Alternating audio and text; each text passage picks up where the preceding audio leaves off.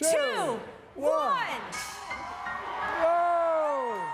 It's a conversation happening behind closed doors in the White House. According to several reports, high profile figures like Anthony Fauci, General Mark Milley, and Adam Schiff may be among those shielded from future political retribution. But what's really going on here? Let's break it down. President Biden and his advisors are discussing whether to reissue preemptive pardons to individuals who could be targeted by President elect Donald Trump's administration.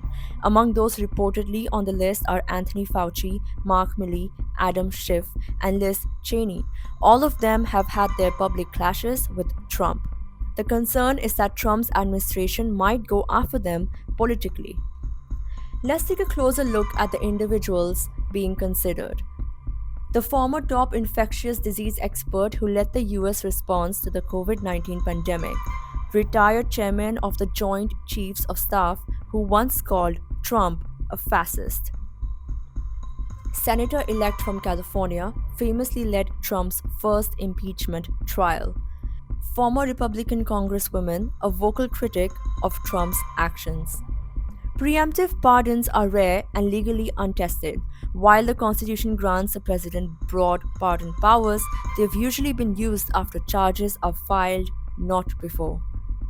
Historically, the most famous example was President Gerald Ford's 1974 pardon of Richard Nixon after the Watergate scandal. Not everyone's on board. Some Democrats support pardons, worried about retribution from Trump.